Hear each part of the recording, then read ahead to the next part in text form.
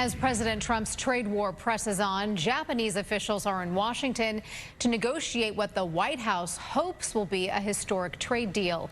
Reaching a deal with China, however, is another thing. Fox's Rebecca Castor has the latest from Washington.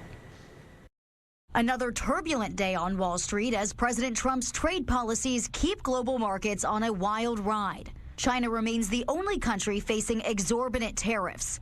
But according to a new Bloomberg report, Beijing may be willing to come to the table if certain conditions are met. China's economy has deep structural problems in it, and they've known about those problems for a long period of time, and that makes them a bit brittle, and that means that they need a deal. Speaking with Bloomberg, a source familiar with Beijing's thinking says officials won't agree to trade talks unless the U.S. shows more respect by reining in negative comments, takes a more consistent position on trade, and addresses China's concerns on sanctions in Taiwan. The ball is in China's court.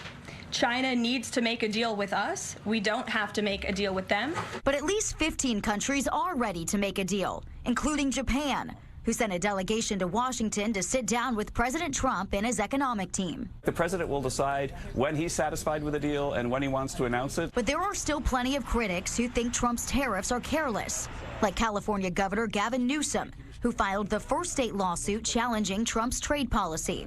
No state is poised to lose more than the state of California. So that's our state of mind.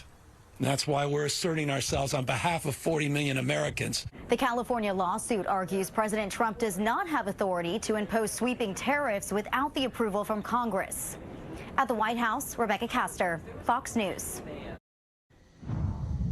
It appears Tesla is hitting the brakes on importing some parts from China because of the trade war. The move is throwing a wrench into the company's plans for its upcoming Cybercab and semi-electric truck. Tesla had planned to import components from China to support production of the two new vehicles, but the plans were scrapped once tariffs surpassed 34%.